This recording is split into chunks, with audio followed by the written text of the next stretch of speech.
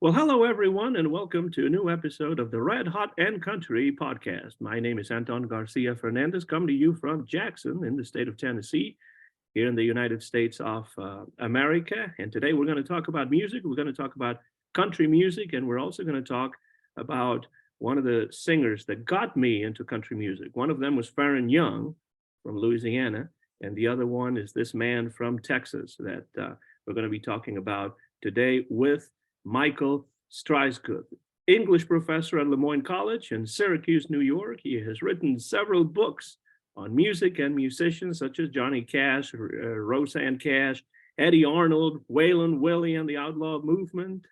And he's here today to talk about Jim Reeves because he has written, and actually about almost 25 years ago, back in 1998, he wrote this book called Like a Moth to a Flame, published by Rutledge Hill in Nashville, Tennessee. He is, as I said, in Syracuse, New York, joining us from there. Thank you, Michael, for being here, and welcome to the Red Hot Country podcast. Thank you, Anton, and wonderful to be back with you. Thank you very much for having me and your interest in this subject matter that we both can have fun talking about. Yeah, we've talked already about Johnny Cash at Folsom Prison. We've talked about the African-American Memphis radio station, WDIA, and it's always a pleasure to have you on the channel chatting about music and talking about singers and musicians that we both really enjoy listening to, and in your case, also writing about, and in my case, reading about. And I want to start by recommending this book, which, as far as I know, is out of print, but you can still find it. Like a Moth to a Flame. The title, of course, has to do or is taken from one of the biggest hit records that Jim Reeves had for RCA, Four Walls. Like a Moth to a Flame, the Jim Reeves Story by Michael Streissguth. And, I don't know if you're going to have an answer for this question. It's not a very specific question, and maybe that's why I'm not sure. But my introduction to country music came via Farron Young and Jim Reeves. He was extremely popular overseas, in the UK, in Ireland, in Scandinavia, in Germany, even in South Africa. And I remember listening to some of his live recordings and then to some of his early recordings for Abbott Records when I was about 11 or 12 years old. I was learning English and I was sitting down trying to understand the lyrics, writing them down. You could say in many ways that, people like Sinatra, like Bing Crosby, like Hank Williams and Jim Reeves were my, Ernest Stubb, were my, not just my heroes, but also my English teachers back then. But my question is, how can we explain the fact that Jim Reeves was so popular overseas? In some cases, he was more popular overseas than here in the United States, Michael.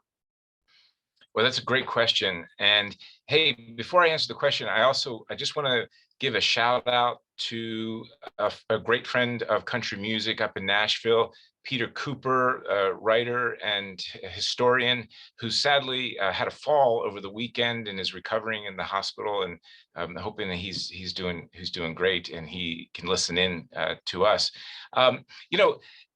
Jim Reeves is an international country music star, and he is known in the four corners of the earth. And you think about so many other musicians here in the United States who were more popular than Reeves, who just don't have that kind of following, and it remains strong up to this day.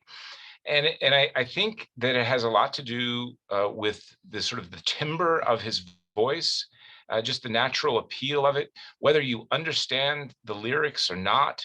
The sound is very strong. It's very soothing.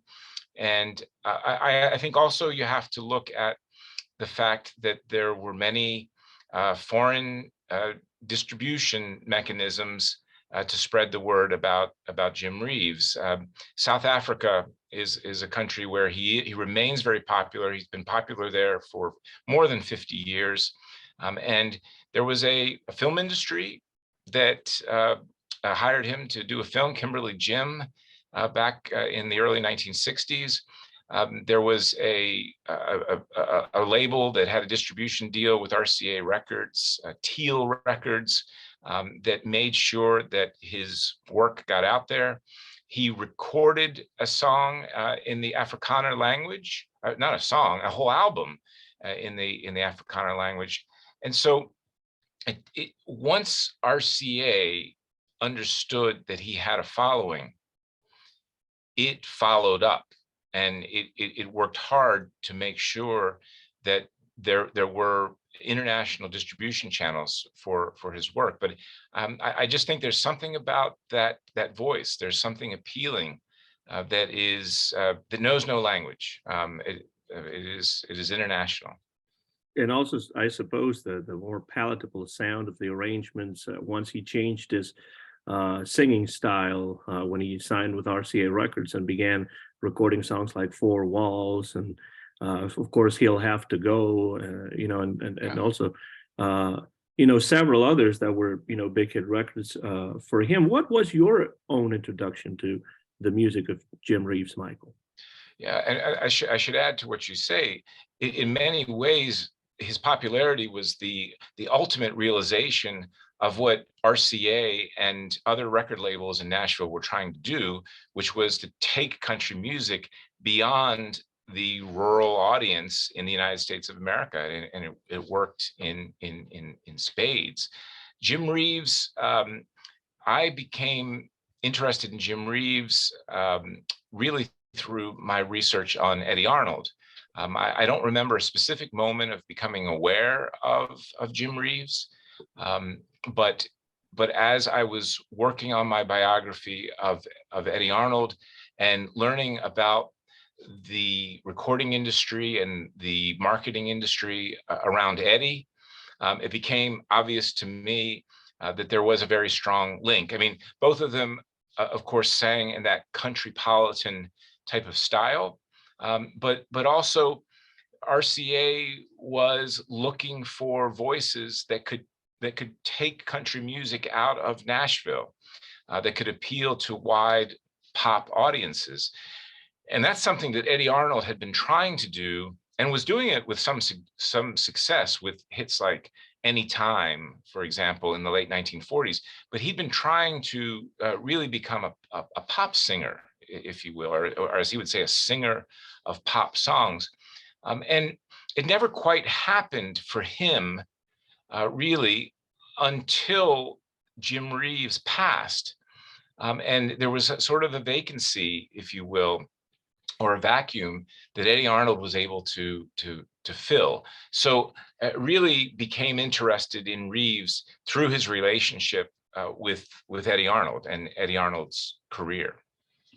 And you have written a book about Eddie Arnold, the pioneer of the Nashville Sound, that maybe one day we can talk about, because I love the music of Eddie Arnold. And I think it's very interesting to see how in country music there were a number of singers who were trying to do this before Jim Reeves. You've mentioned, of course, Eddie Arnold. I can think about some of the singing cowboys, Roy Rogers with the Sons of the Pioneers, people like Eddie Dean, who were more pop singers really in many ways. And then, of course, George Morgan with his big hit Candy Kisses, and several others. But the interesting thing is that the instrumentation changed with Reeves in the mid-1950s when he moves to RCA Records. And I think that's a very big change that kind of brought about what later, or probably contemporaneously, was about to be known as the Nashville Sound. I think, it's not just, in the case of Jim Reeves, to me, it's not just the voice, but it's also the whole musical understanding of, country music as something that could be, as you said, marketed to a much wider audience than just, the rural audience. That had been done, for example, via, versions of country songs by people like Bing Crosby, like Tony Bennett doing Go Go Hard by Hank Williams, but I think Jim Reeves may very well be one of the very first, if not the first, country singer that tries to do that from ground zero. Adopt those arrangements and that different style of singing, more pop sounding style of singing. And it's interesting what you say, that then that influences somebody that actually preceded him, as was the case with Eddie Arnold. There's no question about it. I mean, in some ways, the term country music doesn't really quite have the meaning that, say, Nashville-based music, and I think that's what was happening. I think your Owen Bradleys and Chet Atkins were looking for a way for Nashville-based music to continue to have an appeal, that in the face of rock and roll. And yeah, you listen to Reeves in the very late 50s and the early 60s before he died, and there's virtually no markings of traditional country music. I mean, I was listening to a song this morning that was very heavy on the vibes, the vibraphones. They're kind of shimmering in the background, and the cha-cha sound, dun dun dun dun dun dun dun. Sounded more like Da, Dean da, Martin, da, maybe.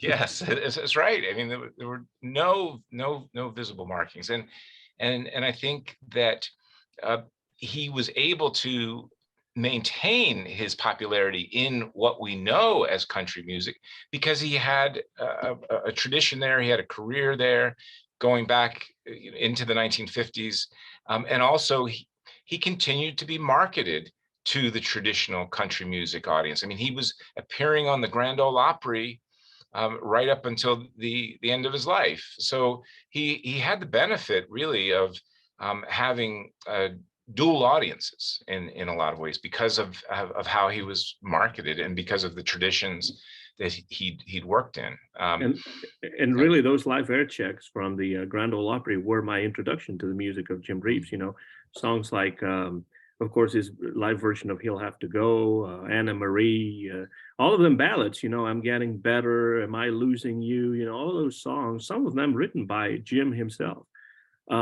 were my introduction to his music live on the Grand Ole Opry. And then that's when I started discovering the studio recordings. And you said, Michael, that your introduction to Jim Reeves, or your interest in Jim Reeves, came through the research that you did for Eddie Arnold. So was it a natural project as a follow-up to the Eddie Arnold book that you would write this book, Like a Moth to a Flame, the Jim Reeves story? How did that come about? How did the project develop? Was it difficult?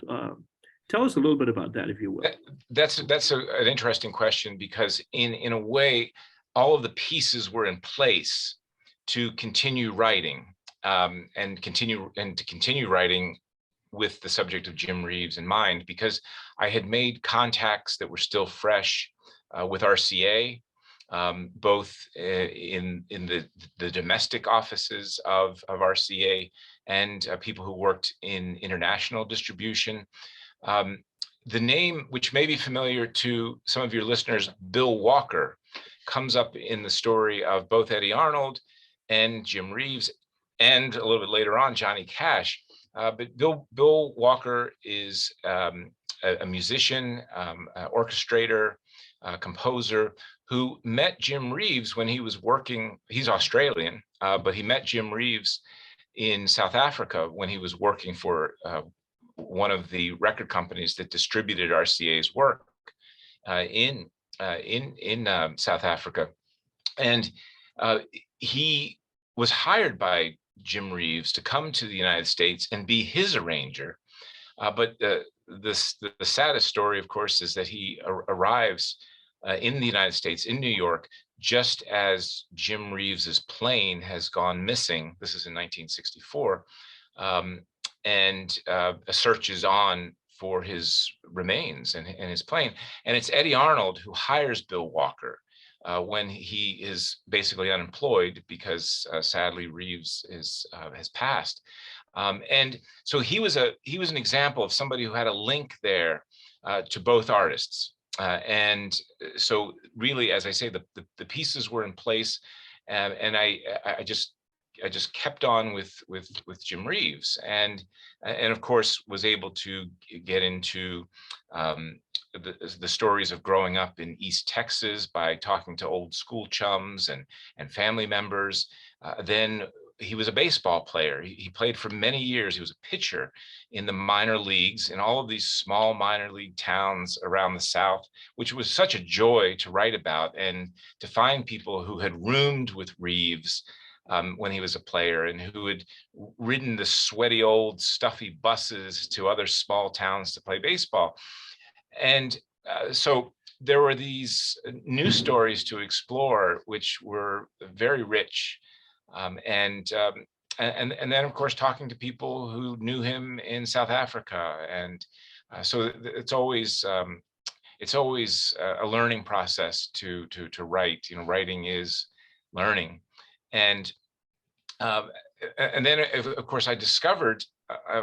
I mean, I knew he had a very large fan base even in 1998 when the book came out, but I discovered that there were many fans who just didn't want to hear anything negative about Jim Reeves, and almost unanimously, people that I interviewed talked about the difficult side of Jim Reeves's personality. So it's not something that one could ignore, and it's in the book. And there was just a groundswell of objection to that.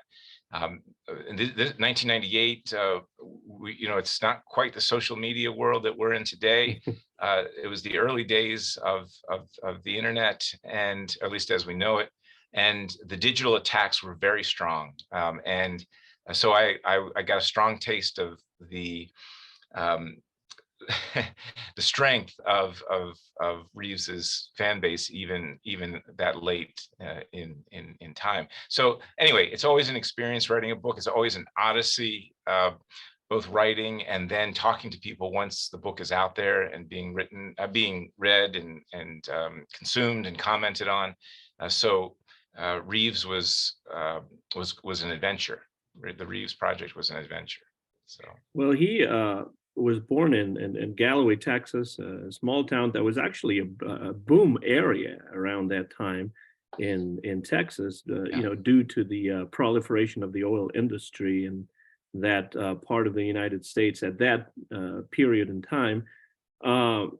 He seems to have enjoyed a fairly happy childhood without lots of problems or huge traumas, it looks like. But just like other popular singers and musicians, Bing Crosby comes to mind, and Roy Acuff in country music. He was interested in sports besides music. He played the guitar and he sang as a teen, but he was also, as you mentioned, very interested in baseball. And we could almost say that his first love was baseball. He wanted to make it in the big leagues. Of course, this happened to be around the time of World War II, when he was classified 4F, I think, and was not able to actually fight in World War II. He was a good pitcher. As you mentioned, he spent some time playing semi-professional ball, and he was even drafted by St. Louis Cardinals for their minor league organization.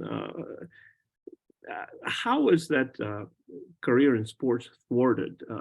Which I think, it seems like it was a big loss for baseball fans, among whom I count myself, because I love baseball, but it was a big win or a big gain for music fans, among whom I also count myself. So from my point of view, it was a win-win situation, whatever he did.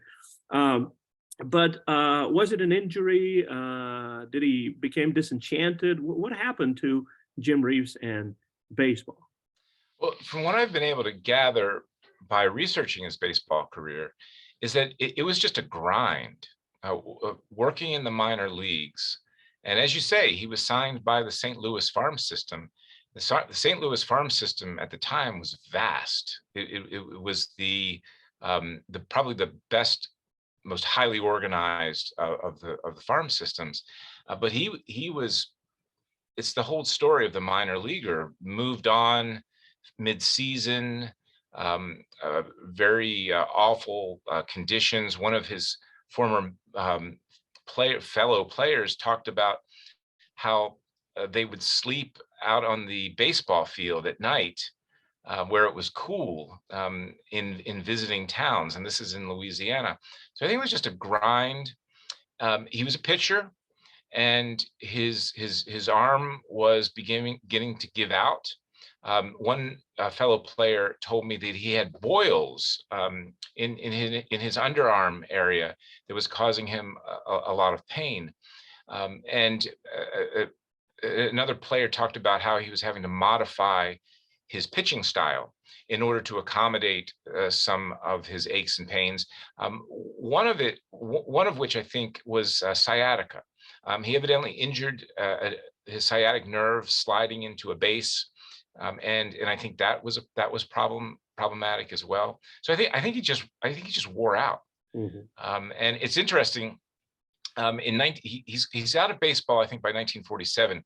By 1949, my research turned up another Jim Reeves pitching in Texas, and I thought, boy, did he come back into baseball? But no, it was a fellow by the same name from Fannin County, Texas, who was pitching. But really, I mean, one door closes and another opens, Mhm. and a fellow teammate of his knew somebody who worked at KGRI Radio in Henderson, Texas, and made an introduction. And so the next thing you know, Reeves is calling baseball games on the radio. He's disc jockeying on the radio, and he works his way up to the great KWKH in Shreveport, Louisiana, home of the Louisiana Hayride. And so things are just going to open up for him by that point. But I think when we listen to Jim Reeves sing, it's partially a byproduct of that on-air radio style that he developed. This was a style that worked to eliminate any kind of regional accents or inflections. It was interested in perfection. Oftentimes, radio was much more scripted than what we're used to hearing on radio now, and what became the norm later on. He was reading the news. He had to be. His diction had to be very good. He had to be very clear. And that's what we hear when we hear Jim Reeves sing. So radio is very important. And we have baseball to thank for his radio career. Yeah, and actually, you know, in those days, it was very common for pitchers to pitch entire games, which, you know, definitely did not help him. Not much relief in the sense of bringing a reliever closer to close out the games the way it's very common to do these days. And so it's a very, very different time, and also, you know, very different situation to be playing in the minor leagues. What you mentioned about his diction is true. Jim Reeves had a beautiful speaking voice, just like Bing Crosby did, just like Eddie Arnold did. And I remember that, I think it must have been Eddie Arnold. I read somewhere that Eddie Arnold had said that his mother made sure that he and his siblings spoke English well. And, you know, the dad made it, that was an important thing for him when he became a singer and when he became a radio personality. And one has the feeling that it's the same thing for Jim Reeves, and it might be because of, you know, the radio work that he had to do. Of course, radio announcers sounded very different, and in my view, very polished and with very attractive voices back then. And you know, you can hear a little bit of that in Jim Reeves. And there's even an interview with Smiley Burnett that I've heard, in which he talks about, you know, it just sounds very polished, even when he's answering the questions that Smiley's throwing his way. You said that, you know, a door closed with baseball and another door opened with music, with country music. What would you say were the early influences of Jim Reeves as a singer at the time? What was he listening to that you can hear in his early style? And how important do you think the influence of Eddie Arnold must have been around this time in his early years? Well, as a child, I mean, he heard the voices that many rural children heard, and that was the Jimmy Rogers of the world, the Gene Autry's of the world, and later Eddie Arnold. Of course, he's a young man by the time Eddie Arnold is hitting his stride. But of course, you always have to remember that rural people, he's in East Texas, as you mentioned, they're listening to everything else that the world is listening to, and that is the Bing Crosbys of the world, and the Frank Sinatras of the world, you know, the Perry Comos of the world. They're in their living rooms right next to Jimmy Rogers or Ernest Tubb. So I think anybody from that era is going to name the great pop singers as influences, right along with the Carter family or Jimmy Rogers, for example. So that those are his influences are quite like the influences of many other people of his generation. Mhm. You also mentioned the Louisiana Hayride, and the Hayride is a show that has always fascinated me for many reasons. It was trying to rival the Opry on another 50,000 watt station, KWKH, out of the Municipal Auditorium in Shreveport, Louisiana. And it was in many ways a lot more open than the Opry to new kinds of singers, new kinds of music. You know, people like Webb Pierce, Billy Walker, not to be confused with, you know, the tall Texan, not to be confused with the Bill Walker orchestrator Right. that you mentioned before. Yes. Of course, Elvis Presley, a lot of the rockabilly artists started out on KWKH. Farron Young, whom I mentioned before, also did. So how important would you say the Louisiana Hayride in Shreveport, Louisiana was Yeah. for Jim Reeves's early career? Would you compare it with the importance that he had for Elvis and for some of the other singers, Webb Pierce, etc.?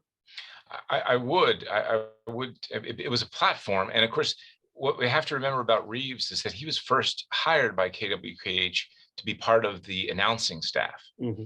So he had a job on KWKH before he appeared on the Louisiana Hayride as a performer.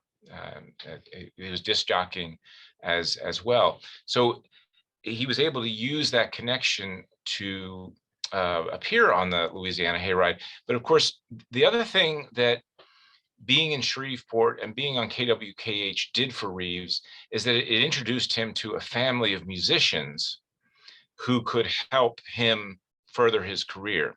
And some of those musicians were signed to an independent recording executive by the name of Faber Robison. And so I want to say Johnny Horton had performed on Faber Robison's label. Ginny Wright was another singer on Faber's label. Who used to sing with Tom Tall. That's right. Yeah. That's right. Yes, yes. Mitchell Torok is another name who some people might know, who I believe wrote Mexican Joe, which was the first hit for Jim Reeves. And also the Caribbean that Hank Snow did, right? That's exactly right. That was very important, sort of joining up with that community. And so the next thing you know, Reeves is signed with Faber Robison. There was sort of, with Faber, there was a kind of a Louisiana, California axis. Faber was based in LA. He organized a lot of touring opportunities for his stable, who were Shreveport based over in California. So it was a very hot, if you will, line traveling in between Louisiana and California. Now, what Faber does initially is plug Reeves into the country music novelty type of recordings that were so popular at that time, and Reeves comes to despise this. He does not want to be a novelty singer.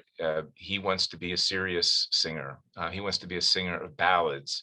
Of course, this style opens him up to many people. He develops a following. He's able to get to Nashville based on that music. But there's a moment when he's recording in Shreveport. In fact, Faber used to record his artists in the studio of KWKH, and he's singing a song, another novelty called Penny Candy. Oh yeah. And in his performance of Penny Candy in the studio, he's supposed to say Penelope Candy, the full name, Penny as Penelope, and he says Penelope, and which is an incorrect pronunciation of that. And at the end, whoever the engineer or the producer there said, Jim, you need to redo this. And he says, I hate this song. I'm not going to sing it again. And so the recording, as we know it today, includes this reference to Penelope Candy. But that just lets you know how sort of disgusted he was with his career with Faber Robison. Constant arguing, constant bickering. An assistant by the name of Russell Sims, who went on to be a pretty well-known producer on his own, worked for Faber Robinson, and he just talked about the constant bickering, the constant disagreements. So fortunately, Reeves was able to sign with RCA Records and Steve Sholes by the mid 1950s. Yeah, it's interesting that you mentioned those were the first records, studio recordings by Jim Reeves that I ever heard, because some European company put out a 2 CD set, which was called not very imaginatively, Gentleman Jim, and it had all the Abbott recordings. As he made records for Faber, and also the label Abbott, which was also owned by Mr. Robinson. And I think, even though he was not happy with those recordings, many of them still hold up today. They're good country music off of the time period, and you can hear that his voice is different, but you can also hear something different from even back then. You can hear something different in his voice from many of the artists that were performing on the Louisiana Hayride. And of course, he had some pretty sizable hits as well. Mexican Joe, which you mentioned, by Mitchell Torok, Bimbo, which was written by Rod Morris. And in fact, anybody that is interested in listening to the original versions of these songs, because Mitchell Torok recorded his own version of that. Rod Morris did as well. Bear Family put out CDs on both of them. And there's, I think, a whole box set on Mitchell Torok, and at least a single CD on Rod Morris, who was also a very interesting singer, not just because he wrote Bimbo. And you mentioned Penny Candy. I know these records like the palm of my hand, because I used to sit around in my room when I was 12 or 13 listening to them. How Many, What Were You Doing When I Saw You Last Night, Whispering Willow, and on some of those, as you're right, he starts as a novelty singer. Penny Candy is a good example. Beating on a Ding Dong, some songs that nobody will remember anymore. But as he progresses, you can see that he starts doing more ballads. How Many, I'll Follow You, I'll Tell the World I Love You. So, some of which were later dubbed in the RCA years and reissued. But as you said, he moves on to RCA Records, and it's the same man that signed Elvis Presley, Steve Sholes, that lures him away from Abbott and into the RCA stable of country and pop singers. How did that come about? I suppose that Jim Reeves was willingly accepting this 10-year recording contract. A 10-year recording contract is a lot of years. Yes, yes, that's true. That's true. And things worked differently back then. You weren't going to be dropped as quickly if you had a dud back then. The studios were going to work with you if you chose to work with them to make something happen. I mean, you just look at how long did Waylon Jennings and Willie Nelson go in Nashville before really having any breakout success, but the whole time they were on major labels. First of all, so RCA signs Reeves, and they do begin to record him in that novelty vein, in a more kind of honky tonk type of vein. Yonder Comes the Sucker, right? And those kinds of songs. That's exactly right. But of course, something else is happening in the recording industry and in musical tastes. And that, of course, is rock and roll, which has, as many country music veterans like to say, chased the hillbillies back into the woods. And what happens is people like Chet Atkins and Owen Bradley and Steve Sholes, who's Chet Atkins' boss up in New York, they're trying to think of ways to reach other audiences. And one of the ways, of course, is by developing this countrypolitan sound that is going to keep Nashville in business, if you will. And that's where Reeves is going to excel. And I think the two artists who are really emblematic of Nashville's efforts to reach that broad audience are Reeves and Patsy Cline. And their careers are very much sort of parallel. And so it's that Reeves intersected with RCA at a time when RCA needed vocalists like Jim Reeves. And it was a platinum partnership there. You can see or hear a very distinctive change in his singing style, even though you can hear some of the elements in the early records on Abbott that would develop later on the RCA sessions. Jim Reeves sounds like a very, very different singer on songs like Four Walls, He'll Have to Go, I Won't Forget You, Adios Amigo later on, Gone are the fiddles, the steel guitar, gone is the nasal voice, and in come the string arrangements, lush orchestras, choirs, they need a car singers, and how did this happen? Not just the change in the style of arrangement, which is clearly what you're mentioning before, trying to reach new audiences, but the voice of Jim Reeves changes as well. His approach to singing changes a great deal. Why did this happen? Why did he need to change his style, or why did he want to change his style? Did he think that would be more sellable? How could we approach that? Well, I think he was able to finally do what he wanted. And again, he had practiced breath control and diction in his radio work, and he was able to, as you point out, with Faber Robinson, apply that from time to time. And of course, he just had the license to do that with RCA. Nobody was looking for him to become the next Lefty Frizzell or Hank Williams. He was free to be a countrypolitan singer. And I think, let's not forget, he was able to apply that vocal style as well to the saga songs that he recorded. And I was looking in the book before we got on the air, and I noticed a segment from an interview with Anita Kerr. And Anita Kerr will be known to your listeners, and if they don't, she was an arranger, a vocal arranger. She had her Anita Kerr Singers. They were just as busy as the Jordanaires in the Nashville studios. And Kerr had this sort of added responsibility on many of Chet Atkins' sessions of writing arrangements for the recordings. And she was talking about how she always thought that Eddie Arnold had a little bit more country in his voice. And so she found that to be more appealing than sort of the more straight ahead style of an unaffected style of Jim Reeves. And she went on to say that Reeves was very reserved in the studio, and there wasn't a lot of chit chat. There wasn't a lot of laughing. He came in and got the job done and left.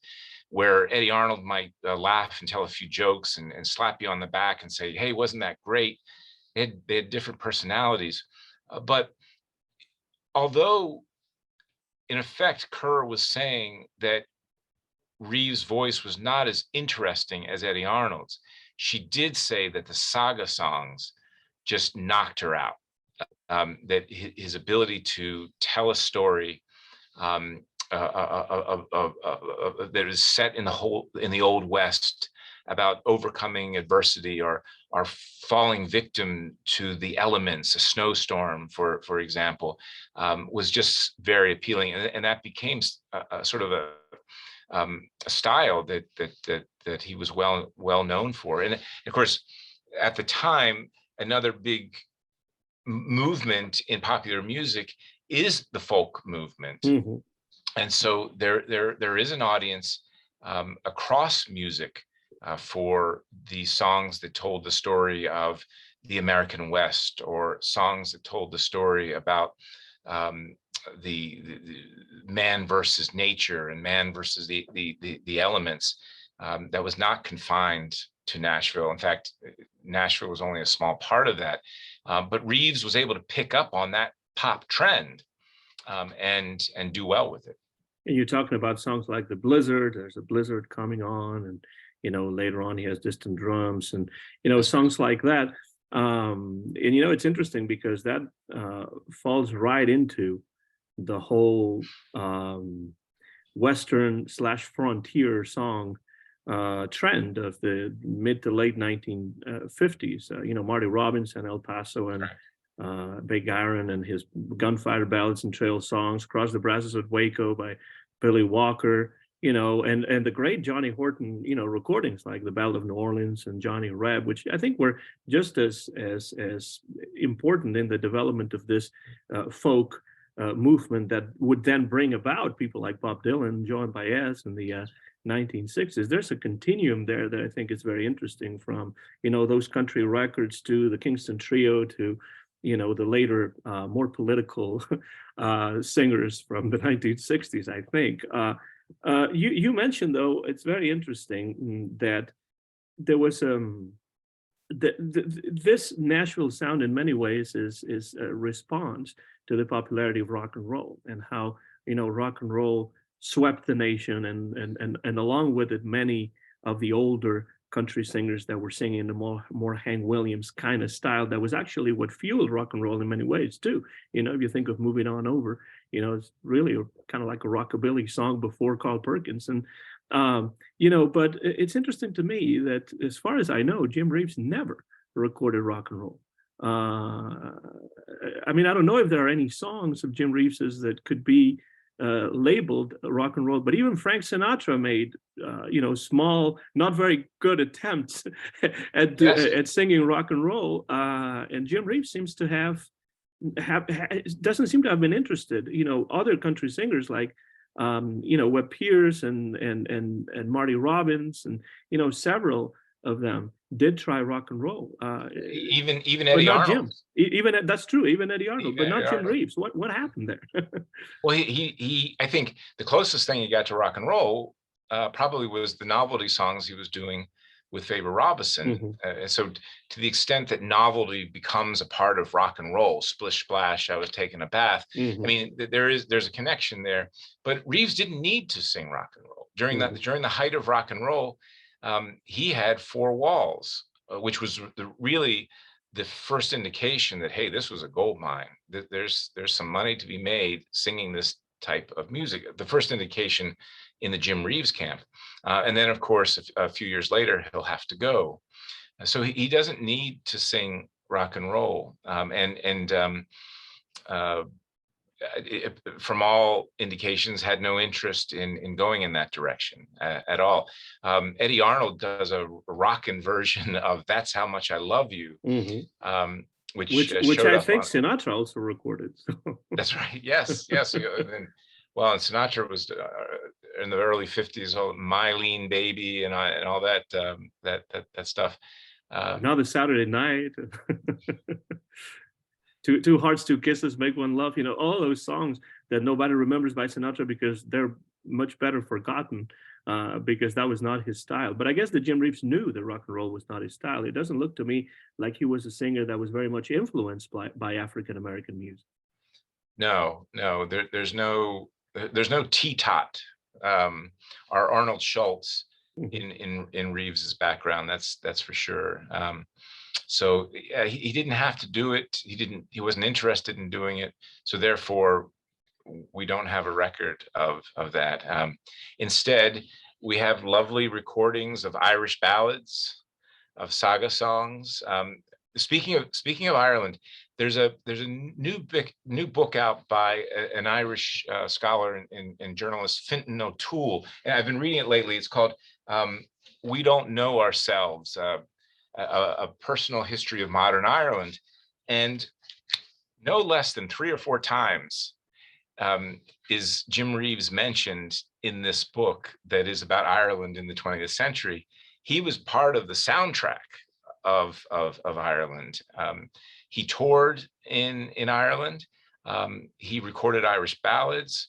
So Ireland is yet another example of a nation that became enthralled with Jim Reeves. And in fact, in my book, there's almost a full chapter dedicated to one of his tours of Ireland in the 1960s, which was in some ways a comedy of errors.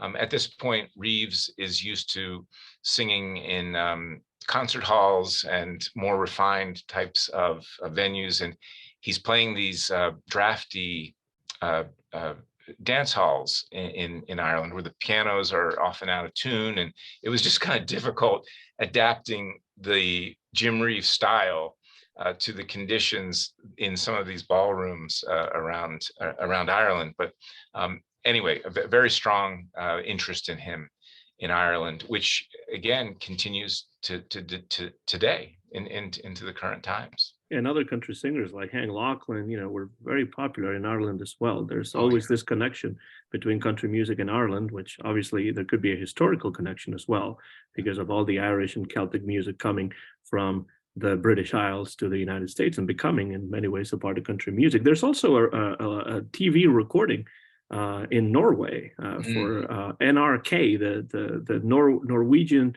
state TV station, which was the only one, I believe, in Norway at the time, and some songs from a live appearance have been preserved, and those are a joy to watch. And you can, as far as I know, at the time that we're talking right now, in December of 2022, you can find some of those on YouTube, and they're definitely wonderful to hear. You mentioned "He'll Have to Go," which is a song by the Allison Brothers, and I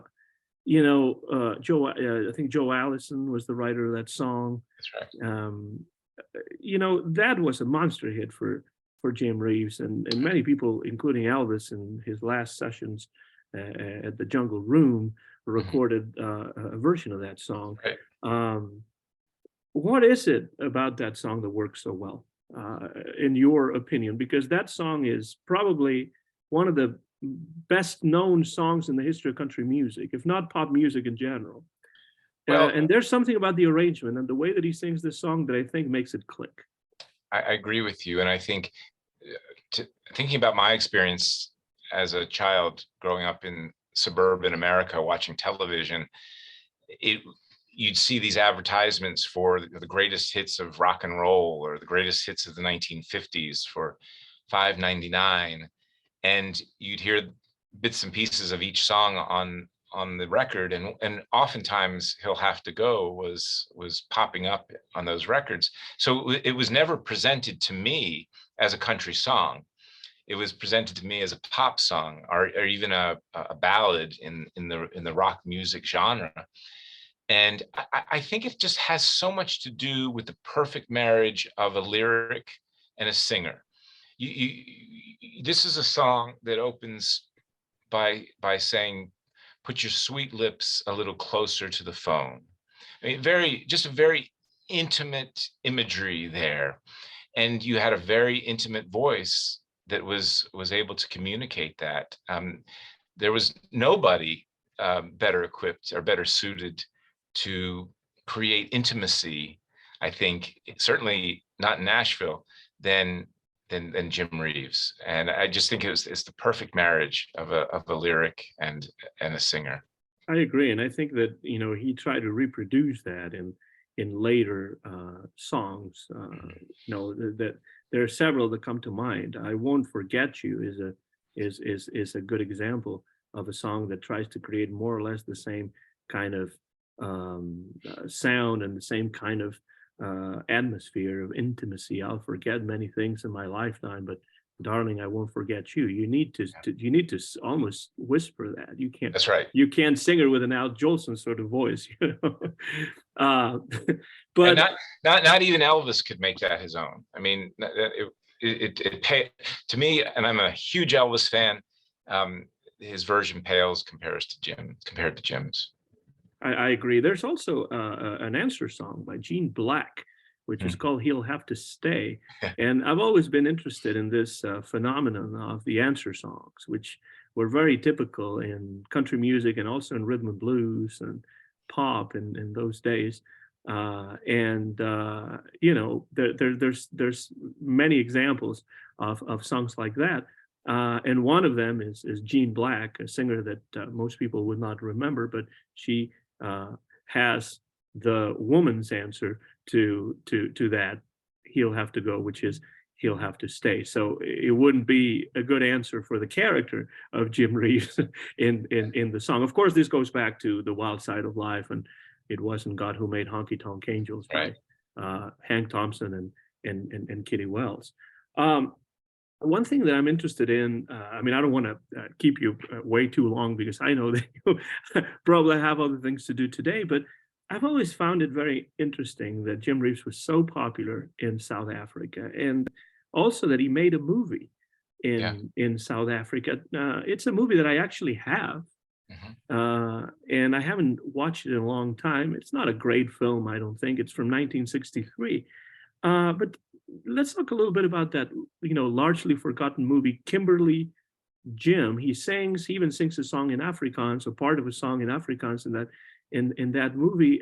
How did that come about? How did Jim Reeves, who had not really made a movie before, makes a movie of all places in South Africa at that point in time? Yeah. Yeah. So it's almost a precursor to Sugar Man, right? Yes, Rodriguez. Yeah. Yes, exactly. That's right. So I think it has to do with, once again, there being an international appeal.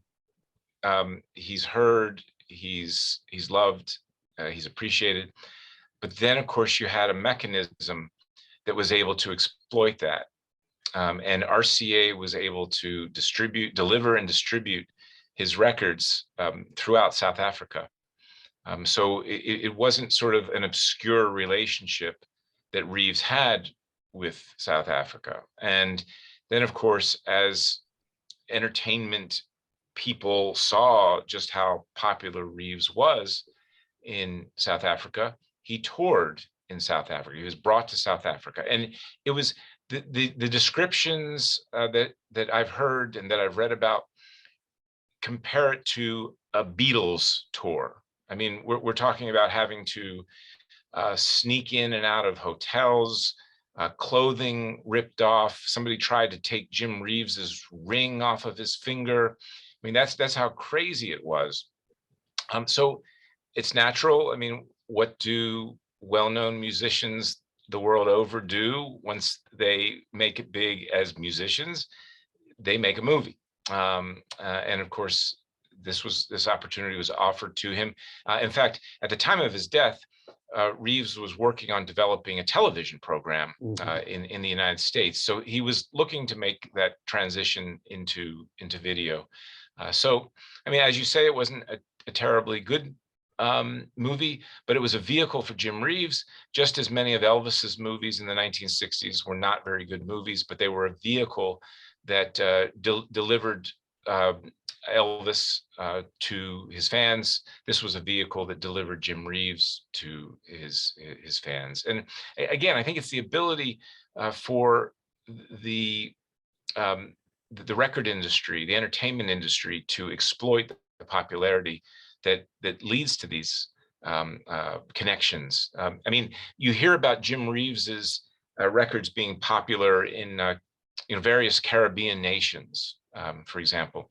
But the recording industry isn't necessarily interested in launching a huge marketing campaign in a small country. There was a market in South Africa to be reached. There was an existing interest in country music. South Africa was very interested in the songs of the frontier, the experience of the explorer. And in certain Caribbean nations, you don't have that. There's not enough people, so therefore they're not marketing campaigns. And so Reeves's music sort of has to wash up on the shores in order for people to hear it and appreciate it, and they do.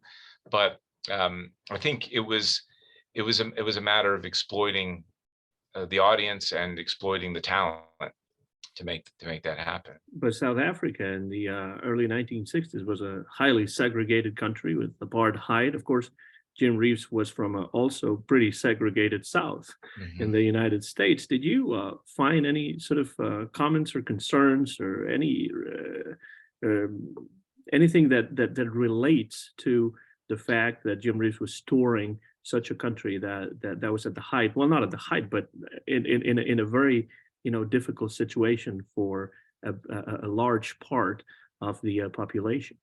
I think that's an area to be explored and to attempt to understand better. According to what I know, again, it's a segregated nation, and Reeves was there to play for the white audience. I'm sure that many of the Black audience heard his music and was interested, and there's plenty of evidence that his music has crossed racial lines around the world. So I'm sure Reeves had many fans among the Black audience, but clearly what he was doing was geared to the white audience in South Africa. But I think I'd be interested in hearing more about that very question. Yeah, that's something that I've always, thought about, especially because when I watched that documentary about Rodriguez, Searching for Sugar Man, that right away it made me think of Jim Reeves and his touring South Africa, and even in the year when Rodriguez goes back to South Africa and there's no apartheid anymore. And he goes back. Well, he actually goes to South Africa for the first time and plays there because it was his records that had been popular. Yeah. If you look at the audience, it's mostly a white audience that, and it is after the segregation, and still you can see that. I suppose that Jim Reeves was not really a highly political person like many of the country singers that would not necessarily talk about politics unless, like Jimmy Davis, they were running for office. July 31st, 1964, Michael, that's a very sad day for music. I think just about 4 weeks before Jim Reeves made his last 2 recording sessions, recording songs such as Make the World Go Away, Missing You, Is It Really Over, I Can't Stop Loving You, of course, Make the World Go Away by Hank Cochran, I Can't Stop Loving You by Don Gibson. Make the World Go Away would go on to become a huge hit for Eddie Arnold. Yes. But July 31st, 1964, Jim Reeves's life and career are cut short following that tragic plane crash near Brentwood, Tennessee. Let's talk a little bit about that fateful day. We know that crashes like this have deprived us of great pop and rock and country musicians like Buddy Holly, Richie Valens, the Big Bopper, Cowboy Copas, Randy Hughes, Hawkshaw Hawkins, Patsy Cline. It happened to Jim Reeves as well. It is amazing to think that this happens really at the height of Jim Reeves's popularity, when he's trying, as you said, to make the transition between sound and video and get his own TV show like, other country singers like Jimmy Dean and several others later on, Porter Wagoner, et cetera, would get. Very, very sad day. What were the reactions in the country music world and the music world to the untimely passing of the great gentleman, Jim Reeves? Well, it was as if royalty had died.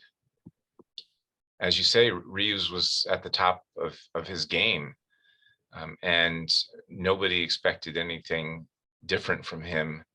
And if you see how long his songs continued to hit the American or the international pop charts, into the 1980s. I mean, so there's no reason to think that he wouldn't have continued to be a top draw in the music industry, and particularly in the Nashville-based music industry as well.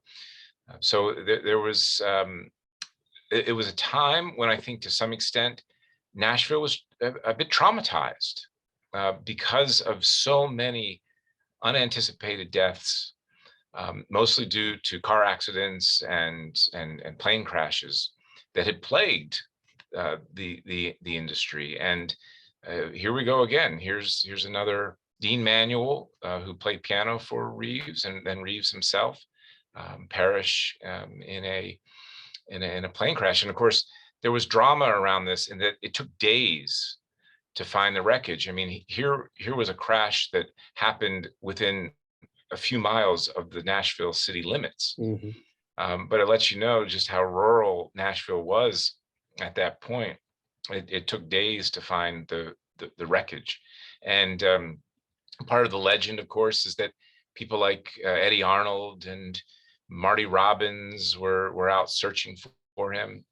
And finally, very, very hot, humid kind of conditions. It happened in the summertime. The bodies of the victims were found, and along with the wreckage, and Nashville began a mourning process. Now, you did mention, this is true, that his records kept charting Mhm. into the 1980s, in the 60s and the 70s, in the 80s. This did not happen with Bing Crosby. This did not happen with Elvis Presley. The records didn't keep charting for that long. How was that accomplished? I'm sure that must have been a concerted effort on the part of somebody, most likely his widow, Mary Reeves. That's right. To keep his voice and his memory and his music alive, right? Yes, yes. And Mary Reeves was quite instrumental in that.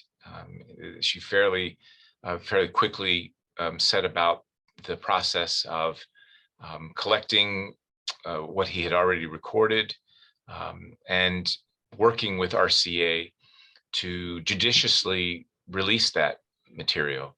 And then, of course, we talk about his recordings in the 1980s. They were studio produced duets that were hits for the Reeves estate during that time. So it was very much about a partnership between Mary Reeves and RCA. And of course, at the time, I mean, the country music audience still skewed older. So it was not unusual for big stars of the 1960s, even the 1950s, to still be on the charts in the early 80s. Now that was all very soon. That would very soon all fall apart. But Reeves was definitely part of a tradition in country music that older artists could keep their careers going for a little bit longer than maybe artists might experience in other genres of music. And not just in the US, but also, as you mentioned before, worldwide. I said before that Jim Reeves and Farron Young were my introduction to country music. And I remember that during the 5 or 6 years that I hosted a classic country music radio show in Nashville in the 2000s, and that first decade of the new millennium, on station WRVU Nashville. The show was called Music City USA, and it was 2 hours a week on Wednesday mornings. And I remember that a lot of people would call in because we were playing the kind of country music that was not heard on the airwaves at that time much anymore, other than maybe WSM or on satellite radio, but definitely not on a local, radio station or a university one. And many of the requests that we would get, and we would get abundant requests, many of them were still for songs by Jim Reeves. So to pretty much wind down the conversation this morning, this cold, rainy morning here in Jackson, how can you, Michael, after writing this book, like a moth to a flame, the Jim Reeves story, and after listening to Jim Reeves for so long and intently as well, how can you evaluate his legacy and his stature, within the history of not just country music, but popular music at large? Well, I think Jim Reeves played a crucial role in keeping the Nashville recording industry alive, as well as Patsy Cline. The two of them were at the forefront of helping to grow the international audience for country music. So I think certainly they were involved, and he particularly involved in accelerating the internationalization of country music. And I think that's very, very important. I think he carved out a place for a pop sound in country music. I mean, today we're listening to young artists who are recording with elements of rap and hip hop in their music, and that's ceased to become the shock, I think, that it once was. But you have to remember that all of this has happened before. The industry has has brought in new sounds into country music ever since there was country music. So Reeves was responsible for that. I think when we think about the Nashville Sound, and I always say the Nashville Sound sort of has two connotations. One is, of course, the elements of the Nashville studio. I'm talking about the musicians, the A-team and singers, the A-team who played together, and they had a consistent sound, but that could play, in different kinds of styles. And then there's also thinking about the Nashville Sound in terms of a cosmopolitan type of approach to country music. So if we're thinking about the Nashville Sound as a country-politan kind of sound, Reeves, of course, is at the forefront of that movement, if you will, that styling in country music. So there's a lot to say about Reeves's involvement. He's in the Country Music Hall of Fame, and he deserves to be there. Doesn't that happen to all styles of music, Michael? We talk a lot about how much country music has changed, but all kinds of music change. It happened to jazz, it happened to blues, it happened to rock and roll, all that fusion, so it happens to country music as well. You may like it, or you may not like it. You may elect to listen to the classic artists the way I do, and the way I think most people that listen to this podcast do, but that doesn't mean that some of the new country music is not good music either. I think it just, you can be respectful with the traditions and with the roots of the music, but if you think about the changes in jazz from the 20s all the way to today, when it has become more of a not a dance music anymore, but more of a university scholarly kind of music. This happens to all kinds of music. Wouldn't you agree with that? I've always thought that those were not really necessary. Not, I wouldn't say discussions, but polemics. Yeah. I agree with you. These there's these styles are permeable, right? You can't shut down outside influences and other influences, and they're gonna make their way and spread around. And country music is certainly evidence of that, no question about it.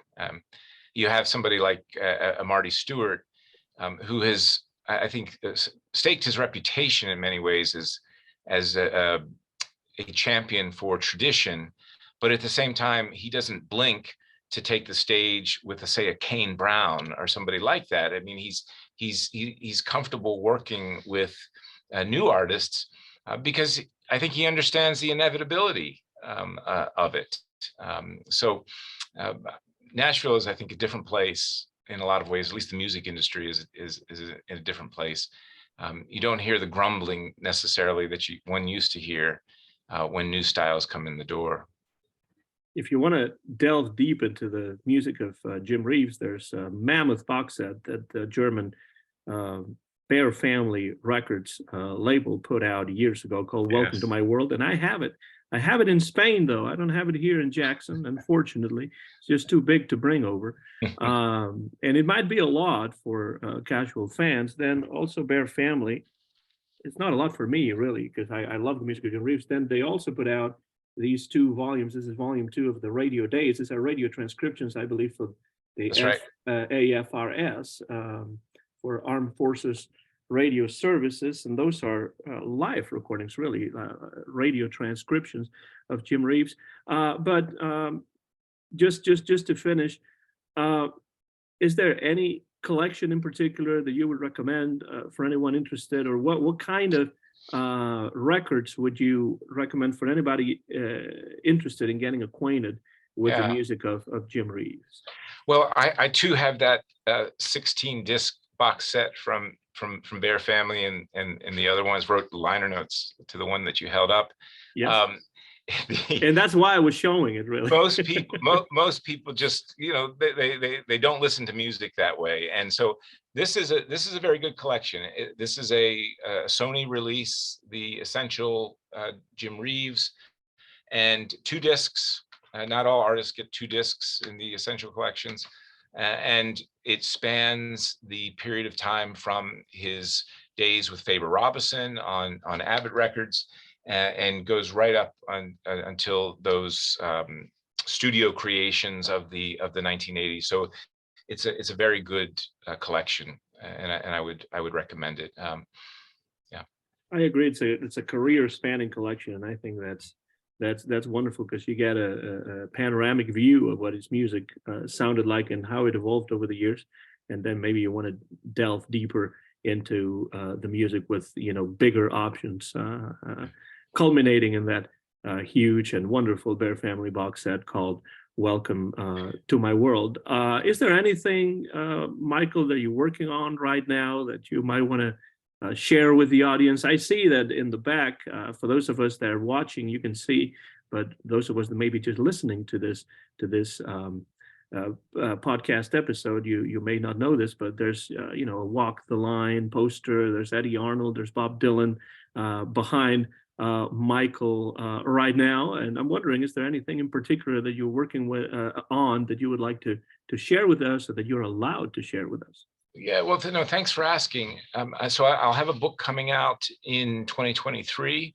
It's called Highways and Heartaches: How Ricky Skaggs, Marty Stewart, and the Children of the New South Saved the Soul of Country Music. Oh. That's quite a subtitle there.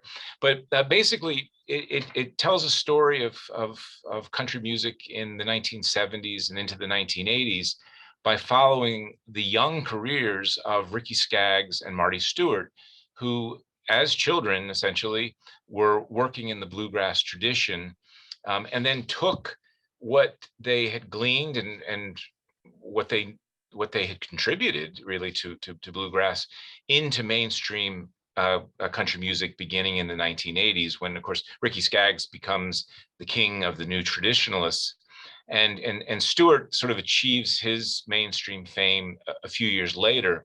But the idea is that both of them, I think, in their work have worked to sort of stay in touch with the soul of country music. So it's their careers, along with stories and portraits and interviews with others who they met along the way, some very good storytellers, such as Jerry Douglas, for example, the great dobroist, who really has Skaggs in some ways to thank for bringing him along up in the music throughout the 1970s. The stories set in bluegrass festivals and in country music clubs in the 1970s. So anyway, I'm looking forward to that when it's released on Hachette with Hachette Books in 2023. Did Skaggs and Stewart collaborate closely with you on this new book? I'm very fortunate to have had a number of interview sessions with both of them. Yeah, and they both.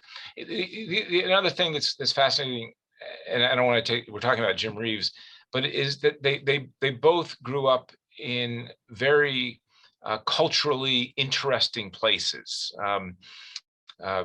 Stewart in the Deep South during the height of the Civil Rights Movement, during the height of much bloodshed, racial bloodshed. Skaggs growing up in Eastern Kentucky, and when Eastern Kentucky is in a period of transition as the federal government becomes more interested in social programs in Eastern Kentucky, and people are migrating out of the region for jobs in the north. So a lot of social upheaval that's informing these stories as well. So. My few contacts with both of them about 15 years ago, with Skaggs backstage at the Grand Ole Opry, and with Marty Stewart doing the taping of one of his Marty Stewart shows in Nashville years ago. I went there with a friend of mine who now lives in Miami.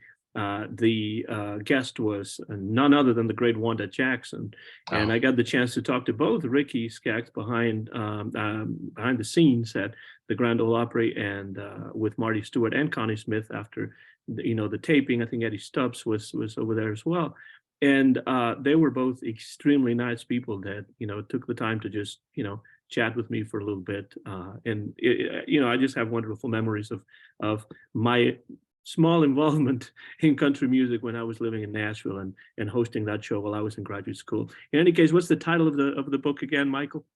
Yes, it's Highways and Heartaches, how Ricky Skaggs, Marty Stewart, and children of the New South saved the soul of country music. Coming up in 2023 on Hachette Books, and I would like to take the time to recommend this book right here, Like a Moth to a Flame, if you can find it. Is this book going to be reissued ever, you think? I hope so. It's something that is out of print. I do have, the rights have reverted back to me, and should the opportunity come up with a new publisher, then I'd be happy if that happened. Like a Moth to a Flame, the Jim Reeves Story, and I recommend any other books about Michael Streissguth, books about Johnny Cash, Roseanne Cash, Eddie Arnold. I love that book about Eddie Arnold. Lots of really good information. And of course, his book about Willie Whalen and the outlaw movement. Looking forward to that book. Maybe we can have a chat about that book once it comes out, because it's really a topic that definitely interests me. Michael Streissguth, thank you so much for being our guest once again on the Red Hot and Country podcast, and we hope to see you again soon. Keep working on great books like these, and keep sharing with everybody out there your deep knowledge about country and other kinds of music. Thanks for being our guest today on the Red Hot and Country podcast.